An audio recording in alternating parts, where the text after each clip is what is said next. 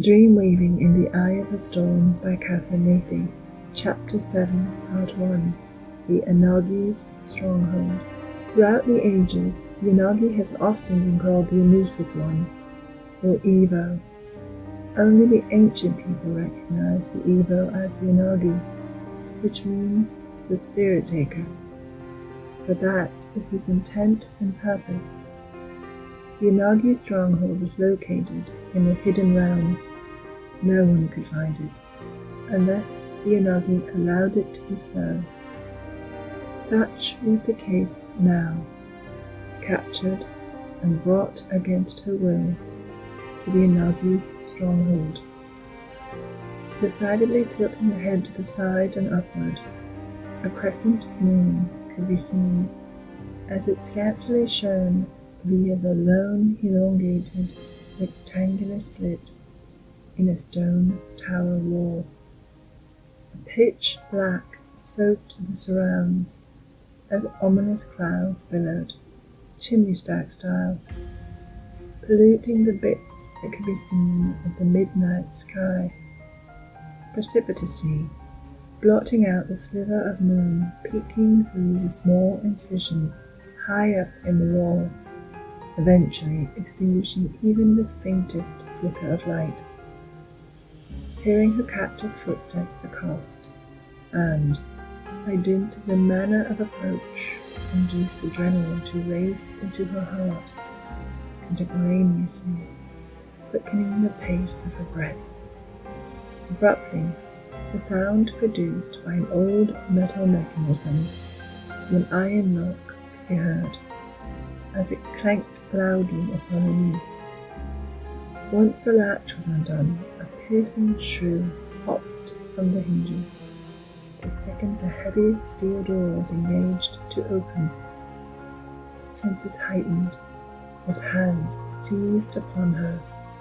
The perpetrator, cloaked by the dark of night, dragged her several feet before she was brutally thrust against a cold, dank, sepulchre-like wall. Meaty hands clawed at her clothes, prompting her to fight back, but against what? She could not discern. Despite her struggle to protect herself, an improprietous shearing of fabric transpired, and was effortlessly accomplished, whereupon icy hands grabbed onto the exposed parts no one had the right to touch without her consent. Suddenly, squeezing strong hands around her throat, the Anagi stated, "I'm going to enjoy this." This was the first time, to her recollection, that she had encountered the Anagi. She had no idea where she was, or who this corrupt creature was who had absconded with her, and at present had started the preliminary steps of assaulting her. No words were able to form. She was unable to move her mouth or sustain control of her muscles that would have ordinarily allowed her to produce sound. Correspondingly, it seemed as though her throat had sealed shut, perhaps for her own protection. Although quiet, her mind sped millions of miles per second in search of a solution to her predicament.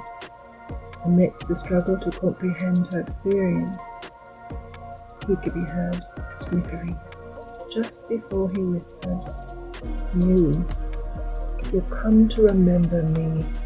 I will make sure of that.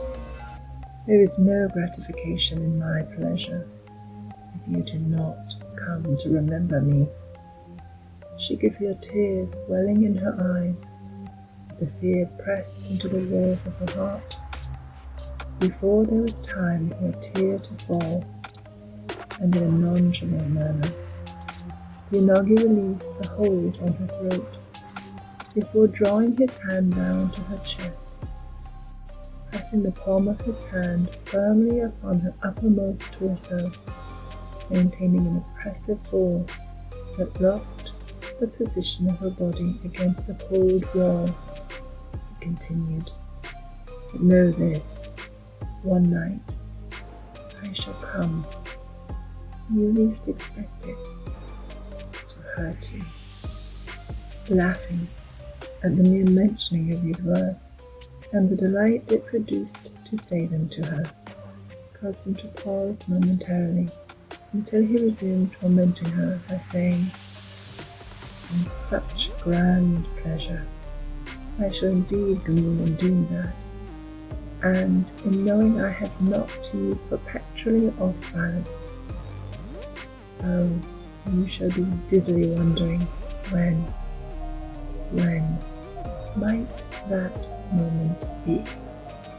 Yanagi released his hand from her chest and said, "Oh, I shall toy with you until I finally bore of you. Once your usefulness has drawn its last breath, after, that is, I have grown bored of any attempt at slaking my hunger, only satiated by your suffering, as I shall immensely enjoy the painstaking slow process of breaking your spirit. Ah, and the suffering I shall produce in you, then, and only then, shall your life, too, draw its last breath." Without warning, he took hold and hurled her. Her body went limp as she flew through the air, landing like a spilled bowl of wet spaghetti noodles, strewn across the floor. The stone floor was certain to cause a mottling of bruises, and had definitely torn bits of flesh that were starting to bleed. Mind you, easy or hard, either way, it shall be deemed as I say. But have you the audacity to bore me too soon?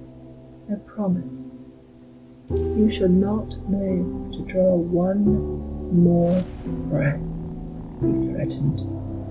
Then the Yanagi swiftly leaned over to clutch her throat once more, as he ordered, "You will do as I say." Realizing the futility of resistance, she capitulated. Tears streamed down her face, and he seemed to be delighting in every bit of pain he caused. Demonstrating an absence of hesitation and marked impatience, the Yanagi yanked her back hard in a motion that almost snapped like a whip, only to crush her flat against the cobblestone ground, wrenching her to ultimate vulnerability. Then he effortlessly exerted control over a feeble-minded minion who allowed the Yanagi to use him to act out the Yanagi's wicked whims, inadvertently restoring her voice and driving forth a high-pitched scream. Although she was in dire need of aid, she knew there was no point in calling for help, as no one would come. Intermittent waves of taunting poured like sweat amidst disjointed breaths. The duration of this night seemed interminable, and without a moment of reprieve. Right about the point of finally ending the offensive iniquity exacted upon her, he simply laughed at her suffering, invited his minion to thrust a hard kick into her side. Before she was left to curl up and cry on the stone floor, crawling over her like a creeping spider, he breathed hot breath onto her face, indicatively done as an act reminiscent of marking territory. Gradually rising to tower over her, he declared, "Remember,